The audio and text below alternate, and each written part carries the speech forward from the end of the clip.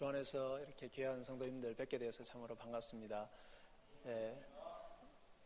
저같이 부족한 사람을 불러주셔서 이 귀한 교회에서 말씀을 나눌 수 있도록 해주신 거 목사님과 또 성도님들께 진심으로 감사를 드립니다. 무엇보다 우리 장로님께서 오늘 또 기도해 주셨지만 늘 우리 고려신학대학원을 위해서 기도해 주시고 후원해 주신 거 진심으로 학교를 대표해서 감사를 드립니다. 더 좋은 목회자 후보생들을 잘 길러낼 수 있도록 계속해서 기도해 주시기를 바랍니다. 오늘 읽었던 이 제목을 가지고 말씀을 가지고 은혜로 세우는 말씀이라는 제목으로 함께 말씀을 나누고 싶습니다. 빌립 얀시라고 하는 분이 놀라운 하나님의 은혜라고 하는 책을 썼는데요. 꼭 한번 읽어보시면 좋을 것 같습니다. 근데 이 책의 서두에 보면은 이 빌립 얀시의 친구가 만난 한 장녀에 대한 이야기가 제일 앞에 나옵니다. 그 친구에게 그 장녀는 이렇게 이야기를 합니다. 너무 그 자신은 집도 없고 몸도 아프고 그래서 2살 난 딸이 있는데 그 딸한테 줄 음식조차 없다고 눈물을 흘리면서 호소를 합니다. 그런데 그러면서 충격적인 이야기를 하는데요. 너무 먹을 게 없어서 그 2살 난 딸을 변태 성욕자에게 자주 넘기곤 했다는 거죠. 너무나 더럽고 추하게 느껴진 나머지 이 빌립 얀시의 친구가 이 여자를 내가 아동학대죄로 고발을 해야 되는 게 아닌가 그런 생각을 하면서 마지막으로 질문을 했습니다. 왜 그러면 하나님의 교회에 가서 도움을 요청하지 않았습니까? 하고 물었습니다. 그랬더니 이 여자가 갑자기 울다가 안색이 변하면서 이렇게 대답을 했습니다. 교회요? 왜 제가 거기를 가야 하죠? 나는 지금도 충분히 내 자신에 대해서 비참하게 느끼고 있어요. 그들은 저를 더욱더 비참하게 만들 뿐입니다. 사랑하는 우리 광주원 성교회 성도 여러분, 우리 교회는 어떻습니까? 우리 교회는 죄인들이 마음 편하게 와서 새 사람으로 변하는 교회입니까? 아니면 죄인들이 오면 더욱더 죄책감을 느껴서 도저히 나오기 힘든 그런 교회입니까? 교회는 율법을 지키기 위해서 사람들을 정죄하는 곳입니까? 아니면 모든 사람들을 무조건 용서하고 그냥 받아주어야 하는 곳입니까? 은혜입니까? 아니면 율법이 먼저입니까? 오늘 우리가 읽은 본문에서 예수님은 무엇이라고 말씀하고 계십니까? 동시에 우리가 이 예수님의 말씀을 생각을 해보면서 동시에 오늘날 이 시대에 고려신학대학원이 꼭 길러내야 되는 목회자가 어떤 사람이어야 하는지 함께 생각해 보도록 하겠습니다. 오늘 본문에는 율법에는 박사라고 하는 서기관들과 바리새인들이 예수님을 고발하기 위해서 한 가지 사건을 이제 꾸미는 것 내용으로 나오고 있습니다. 여기에 나오는 서기관들과 바리새인들은 요즘으로 이야기하자면 신학교 교수들이나 또는 목사님들이다 그렇게 말할 수가 있겠습니다. 그들은 성전에서 율법을 가르치고 계셨던 예수님께 음행 중에 잡힌 현장에서 잡힌 한 여자를 한 장기를 데려와서 사람들 가운데 세우고 예수님에게 질문을 합니다. 선생이여, 이 여자가 간음하다가 현장에서 잡혔습니다. 모세는 이런 여자를 돌로 쳐서 죽이라고 했는데 선생님은 무엇이라고 말씀하시겠습니까?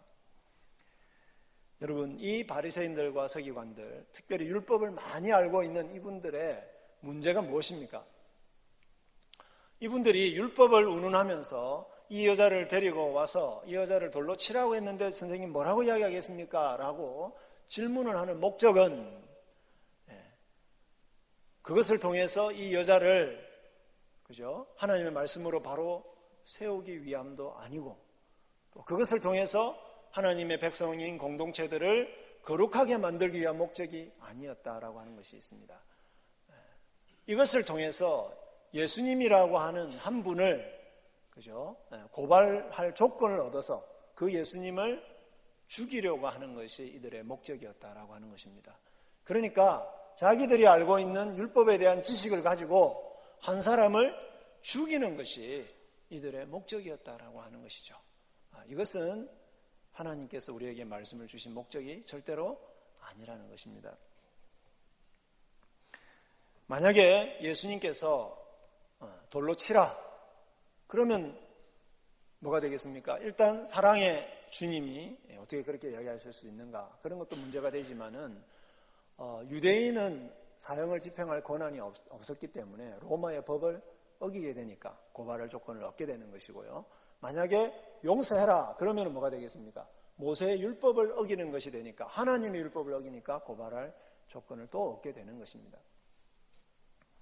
하지만 이보다 더 심각한 이 바리새인들과 서기관들의 문제는 율법을 잘 알고 있고 또 율법을 어느 정도 지키고 있는 자신들의 입장에서는 이런 여자 정도는 고발을 해서 죽여도 된다라고 하는 그 영적인 우월감이 더 문제였다라고 하는 겁니다. 자기보다 죄가 더 많아 보이는 사람들을 정죄함으로써 자기들의 의로움을 드러내려고 하는 것, 또는 자기들이 알고 있는 성경적 지식과 자기들이 지키고 있는 그런 것들을 가지고 다른 사람들을 충분히 자기들은 비판할 수 있는 자격이 있다라고 생각하는, 그것이 훨씬 더 문제라고 하는 것이죠. 장로님께서 종교개혁에 대해서 말씀하셨지만 루터가 종교개혁을 일으켰을 때 그 수많은 성직자들의 문제가 바로 그런 것이었습니다. 말씀을 알고 있는데 그 말씀을 가지고 자기의 이익을 챙기고 사람들을 정죄하고 협박해서 자기들의 의로움과 자기들의 이익을, 자기의 의로움을 드러내고 자기들의 이익을 챙기려고 했던 그것이 문제였던 것입니다. 우리가 일상생활에서 아내나 남편에게 또는 직장에서 동료들의 약점을 드러내고 지적하는 목적이 무엇입니까? 정말로 그들을 사랑하기 때문에 좋지 않은 부분을 고쳐주기 위해서 그렇게 하는 것입니까? 아니면 그들의 약점을 지적하고 비판함으로써 내 의로움을, 내가 그 사람들보다 더 낫다는 것을 드러내기 위해서 그렇게 하는 것입니까? 우리가 자녀들을 야단을 칠 때도 정말로 아이들을 제대로 가르쳐서 그 아이들을 제대로 세우기 위함입니까? 아니면 내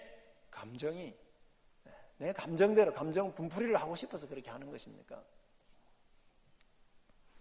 교회에서 회의 도중이나 또 대화를 할 때에 서로에 대해서 비판을 하는 것이 정말로 교회를 바르게 세우기 위함입니까? 아니면은 내가 더 낫다는 것을, 내가 더 의롭다는 것을 드러내기 위함입니까? 여러분들이 알고 있는 그 성경 지식이 정말로 죄인들을 세우기 위함입니까? 하나님의 교회 공동체를 세우는 데 쓰임을 받고 있습니까? 아니면 사람들을 정죄해서 나를 더 의롭게 만드는 데 쓰이고 있는지 우리가 돌아봤으면 좋겠습니다. 상대방의 약점을 지적해서 자신을 드러내고자 하는 이 정죄와 비난은 교회를 세우거나 다른 사람들을 세우기보다는 서로를 무너뜨리는 수밖에 없다 하는 것을 잘 기억했으면 좋겠습니다. 우리가 다른 사람들을 비난하고 정죄하기 전에 먼저 생각해야 되는 것이 바로 7절에 있는 예수님의 말씀입니다. 여러분 7절 말씀 보시겠습니다. 그들이 묻기를 맞이 아니하는지라 이에 일어나 이르시되, 같이 읽을까요? 너희 중에 죄 없는 자가 먼저 돌로 치라 하시고, 너희 중에 죄 없는 자가 먼저 돌로 치라. 여러분, 만약에 저와 여러분이 성경을 많이 알고 또 많이 읽고 또 지식을 알고 있을 뿐만 아니라 실제로 하나님의 말씀을 지키기 위해서 애를 쓰고 아무리 그렇다고 하더라도 우리 중에 죄 없는 자가 누가 있겠습니까? 하나님 앞에 섰을 때에 우리 중에 죄 없다고 말할 수 있는 사람이 누가 있겠습니까? 근본적으로 죄인인 우리가 다른 죄인을 정죄할 자격이 없다는 것입니다. 내가 다른 사람들보다 율법 조금 잘 지키는 것 가지고, 다른 사람들보다 하나님 말씀 좀 더 많이 아는 것 가지고 그렇지 못한 사람들을 정죄할 자격이 우리에게는 없다는 것이죠. 하나님은 그런 자격을 주기 위해서 우리에게 하나님 말씀을 주시지 않았다는 것입니다. 제가 성경을 공부하고 또 구약을 공부해서 박사가 됐는데요. 굉장히 안 좋은 습관은 그거를 알면 알수록 저한테 적용하는 게 아니라 주로 제 아내나 제일 가까이 있는 아내나 다른 성도들에게, 다른 목회자들에게 그거를 자꾸 적용하려고 하는 겁니다. 왜 적용하려고 하겠습니까? 정죄하고 싶어서. 나는 적어도 그것을 알고 있다는 것을 보여주고 싶었어요.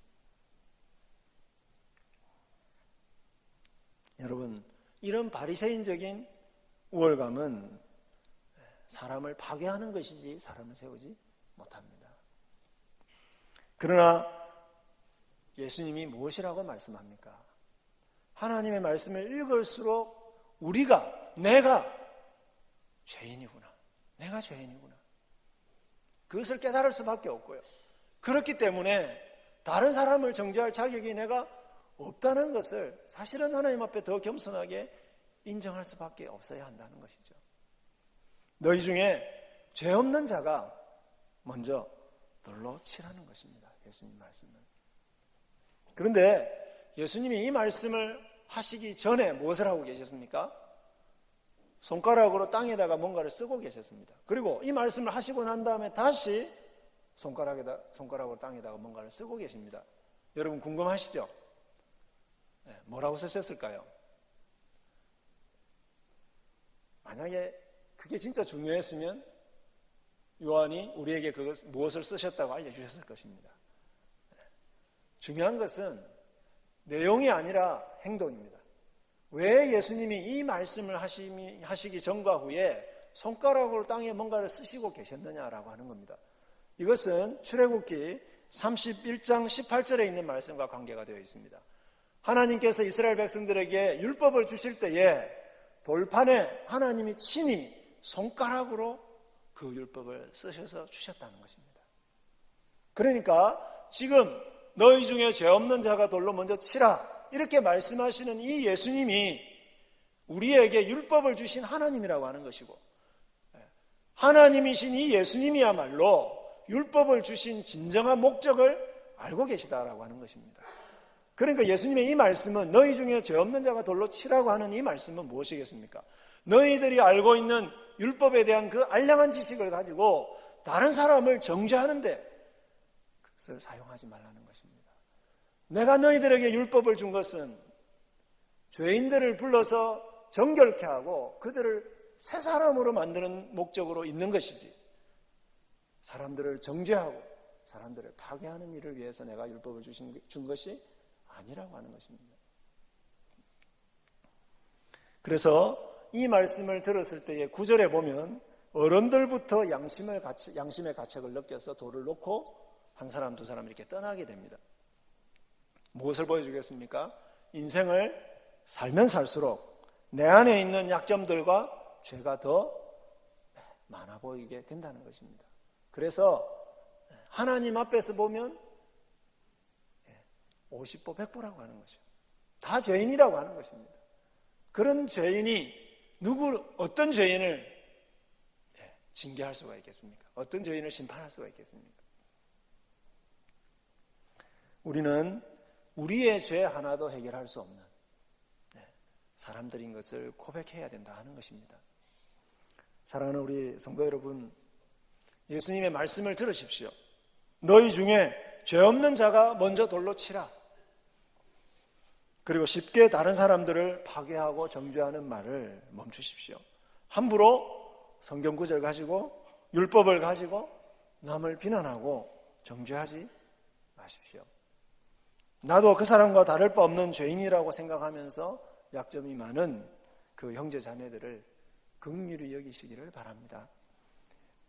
우리가 다른 사람들을 함부로 정죄할 수 없는 더 중요한 이유는 하나님이신, 율법을 주신 하나님이신 예수님도 그 여인을 정죄하지 않았다는 데 있습니다. 예수님이 죄 없는 자가 돌로 치라고 했을 때, 여러분, 죄 없는 자가 누가 있겠습니까? 예수님 외에. 그러니까 예수님이 그 말씀을 하셨을 때에 그 여자를 돌로 칠 수 있는 자격이 있는 분은 누구겠습니까? 예수님이죠. 그런데 하늘의 재판관이신 그 예수님이 그 여인을 향해서 뭐라고 이야기하고 계십니까? 11절 말씀을 보겠습니다. 대답하여 주여 없나이다. 예수께서 이르시되, 같이 읽을까요? 나도 너를 정죄하지 아니하노니. 예. 나도 너를 정죄하지 아니하노니. 율법을 만드신 분이고 율법을 주신 분이고 그리고 율법을 완벽하게 지키신 분이시고 죄가 하나도 없으신 그 예수님도 나도 너를 정죄하지 않는다. 그렇게 말씀하시고 계시는 겁니다. 하나님이 그들의 죄를 정죄하지 않는데 우리가 누구라고 감히 다른 사람의 죄를 정죄할 수 있다는 말입니까? 아까 앞에서 말씀드렸던 그 빌리비안시의 책에 보면은요, 집 나간 탕자의 이야기 아시지 않습니까? 그거를 현대판으로 각색한 이야기가 등장을 하고 있습니다. 거기 보면 시골에서 농사 짓고 구식으로 살고 있는 부모님과 같이 사는 게 지겨워진 이 10대 딸이, 10대 소녀가 도해지로 가출을 하게 됩니다. 가출을 해가지고 마약을 하고 몸을 팔고 그렇게 하면서 자기가 그냥 하고 싶었던 거 하면서 잘 지냈습니다. 그런데 몇 년이 지나서 몸에 병을 얻어서 업주로부터 버림을 받게 됩니다. 그래서 거리에서 밤에 이제 잠을 자야 되는데 눈물을 흘리면서 제일 먼저 누구를 떠올렸겠습니까? 자기가 집을 나가자마자 우유팩에다가 사람을 찾습니다. 그러면서 광고를 내었던 그 부모님의 얼굴이 제일 먼저 떠올랐겠죠. 그래서 공중전화로 전화를 합니다. 근데 전화를 받지 않고 이 자동 응답기만 돌아가는 겁니다. 그래서 자동 응답기에 아빠 저 누구예요? 내일 제가 그레이하운드 버스를 타고 몇 시 도착하는 그레이하운드 버스를 타고 제가 집에 가겠습니다. 그렇게 메시지를 남겨놓고 전화를 끊었습니다. 그런데 정말로 부모님이 그 메시지를 들을지도 의문이고 또 설사 그 메시지를 들었다고 하더라도 정말로 자기를 마중 나올까? 그것도 의문이었습니다. 그렇지만 버스를 타고 가면서 내가 아빠를 만나면 뭐라고 이야기해야 될까? 그러면서 그 말을 연습을 하는 겁니다. 아빠 죄송해요. 아빠 잘못이 아니에요. 다 제 잘못이에요. 그렇게 하는데 벌써 막 눈물이 납니다. 드디어 버스가 그 시골 마을에 도착을 해서 이제 15분 동안 정차를 하게 되는데 가슴이 얼마나 두근거렸겠습니까? 조마조마했겠습니까? 차문을 열고 밖으로 나갔는데 자기가 정말로 상상하지도 못했던 일들이 거기에 광경이 벌어져 있는 겁니다. 엄마 아빠는 물론이고 온 가족들과 90세가 넘으신 할머니 그리고 교회 목사님과 성도님들과 그리고 자기 교회 친구들 전부 다 나와가지고 악기를 불고 그다음에 악기를 연주하고 막 이렇게 현수막에다가 환영 누구누구야 환영한다 그러면서 막 자기를 맞이하고 있는 그 광경 속에서 아빠를 발견하고 아빠에게 다가갑니다. 그리고 아빠에게 외워두었던 말을 시작합니다. 아빠 죄송해요. 다 제 잘못이에요. 이렇게 말을 하는데 아빠가 입을 막으면서 얘야 용서를 빌고 있을 시간이 없단다. 너를 위해서 집에서 잔치가 너를 기다리고 있다. 그러면서 그 딸을 꼭 안아주시는 겁니다. 사랑하는 성도 여러분, 이 이야기에서 집 나간 소녀를 영접하는 이 아빠가 바로 우리 하나님이십니다. 율법을 들이대면서 막 잘못을 지적하면서 네가 어떻게 그럴 수가 있느냐 한 말씀도 하지 아니하시고 돌아오기만 한다면 언제든지 우리를 따뜻하게 맞이해 주시고 과거를 묻지 아니하시고 그를 안아주시는 그분이 바로 우리 하나님 아버지시라고 하는 것입니다. 여러분 이것을 종교개혁자들이 오직 은혜라고 우리의 어떤 공로가 아니라 우리가 무엇을 잘했기 때문이 아니라 그냥 하나님이 우리를 사랑하시기 때문에 우리 죄를 용서해 주시고 우리를 안아주시는 것 이게 은혜죠. 이것이 하나님의 은혜. 오직 은혜로만 우리가 구원을 받는 것이죠. 제게는 딸이 둘이가 있는데 우리 아이들이 그죠? 잘못하고 실수하는데 한 2번 정도까지는 제가 참는데요. 똑같은 잘못을 한 3번 반복하면 터집니다. 이게 뚜껑이 열리고 참 참기가 힘듭니다. 딸인데도, 아들도 아니고 딸인데도 참 힘듭니다. 그러나 모든 사람들을 지으신 모든 사람들의 아버지이신 우리 하나님께서는 그 모든 사람들의 모든 우리들의 이 죄를 다 참으셔야 되니까 얼마나 힘드시겠습니까? 그럼에도 불구하고 온갖 죄를 저지르는 우리들을 참으시고 용서하시길 원하십니다. 아까 서두에 말씀드린 그런 장녀와 같은, 또 오늘 본문에 나오는 가늠하다가 현장에 잡힌 이런 여자와 같은 사람들을 보시는 아버지의 마음이 어떠시겠습니까? 얼마나 안타깝고 마음이 아프시겠습니까? 하지만 하나님은 그런 사람도 용서하시기를 원하십니다. 어떻게 용서할까요? 하나님이 친히 그들의 죄를 짊어지시는 겁니다. 하나님이신 예수 그리스도께서 이런 장녀의 죄를 비롯해서 우리의 모든 죄를 친히 짊어지시는 겁니다. 예수님이 십자가에서 그 여인의 죄를 짊어지셨기 때문에 나도 너를 정죄하지 않는다고 예수님이 말씀하실 수 있었던 것입니다. 하나님의 교회는 이처럼 말할 수 없는 하나님의 은혜와 용서를 보여줘야 되는 공동체입니다. 예수님의 용서와 사랑을 나타내는 예수님의 몸인 공동체입니다. 그래서 여러분, 우리 교회의 문턱은 한없이 낮아야 됩니다.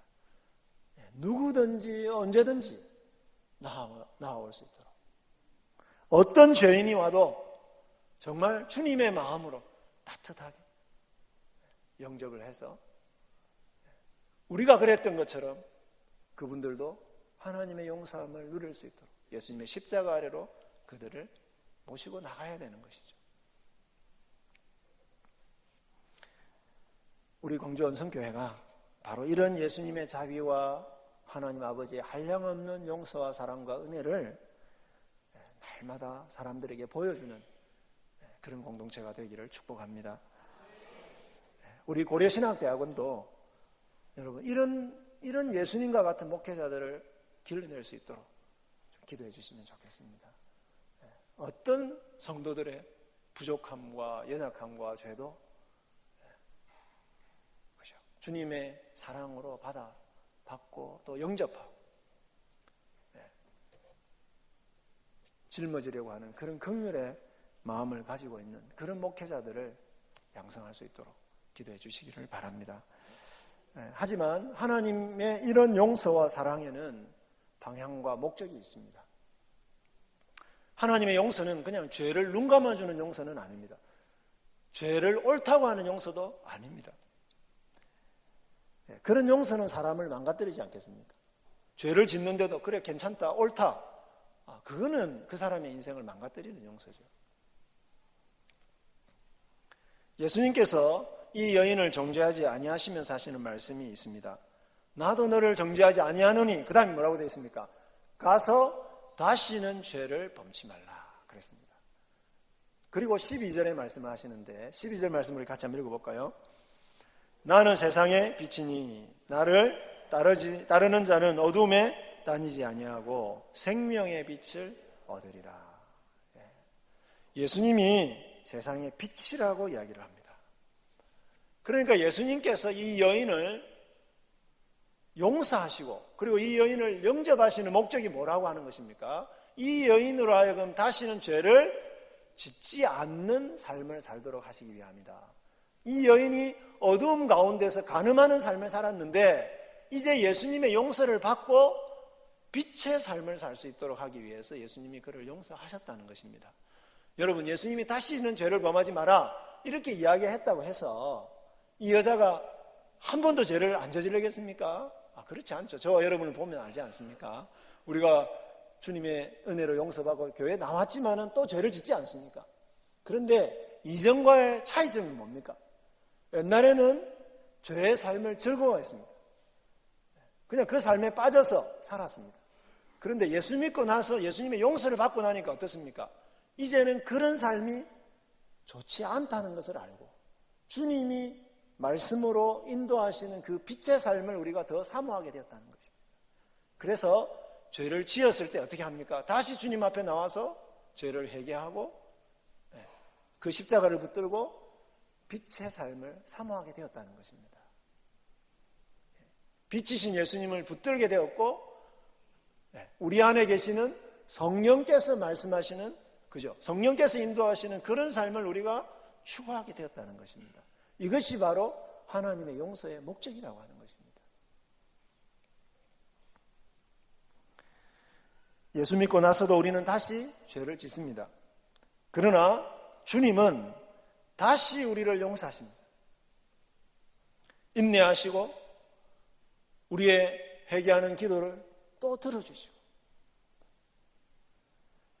그리고 말씀을 가르쳐 주셔서 그 말씀의 길로 우리를 한 걸음 한 걸음 인도해 가십니다.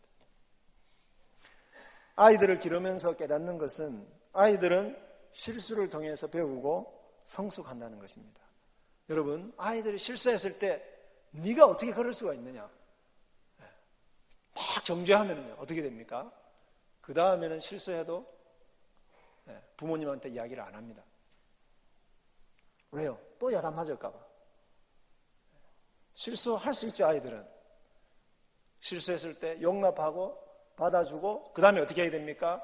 실수하지 않도록 바른 길을 가르쳐 줘야죠. 또 실수하겠죠? 그럴 때도 또 받아주고 또 바른 길을 가르쳐 줍니다. 그 부모와의 친밀한 관계 속에서 그 아이는 부모의 그 충분한 용납 가운데서 바른 길을 깨닫게 되고 그래서 더 바른 길을 스스로 찾아서 성숙하게 이렇게 나아갈 수가 있는 것이죠. 마찬가지로 우리도 하나님 앞에서 계속해서 실수하지만 하나님 앞에 다시 나가서 용서를 구하고 또 바른 길을 구하고 그렇게 하면서 우리의 믿음이 빛의 삶으로 자라가는 것입니다.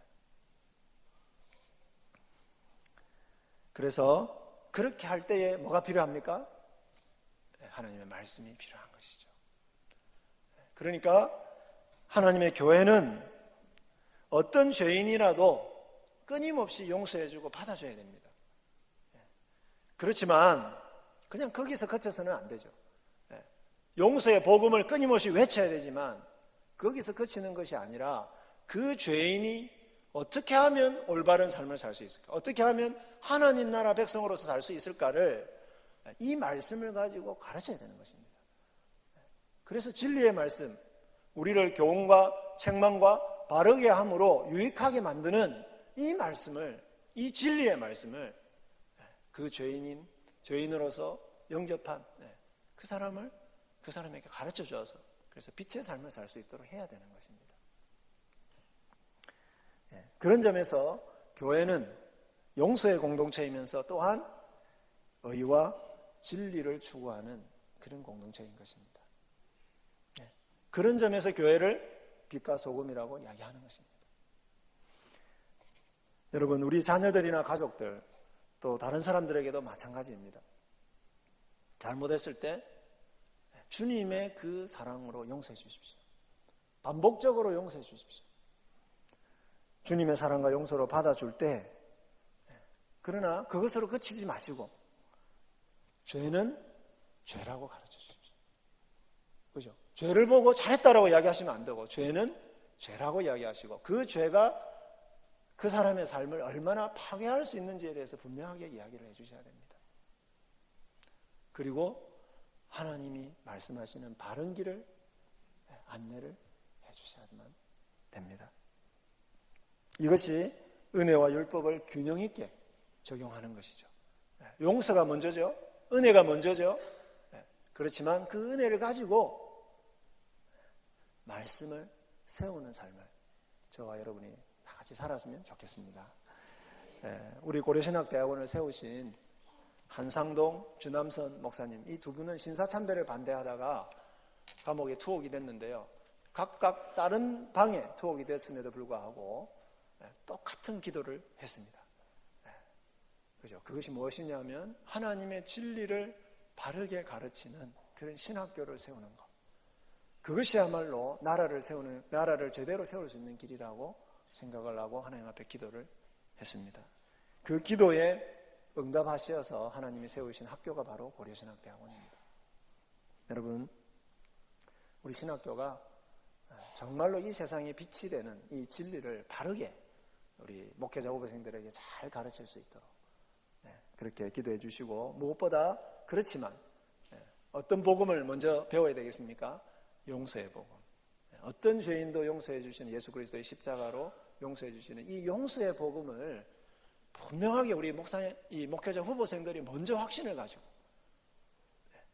선포하고, 그리고 또 배운 그 진리의 말씀을 가지고 교회를 올바르게 인도할 수 있는 여러분, 그런 목회자 후보생들이 저희 학교를 통해서 많이 배출될 수 있도록 꼭 기도해 주시기를 바랍니다. 그리고 우리 광주 언성교회도 주님의 용서하시는 은혜가 가득하면서도 하나님의 말씀을 온전히 세워가는 그런 아름다운 교회가 되기를 간절히 축복합니다.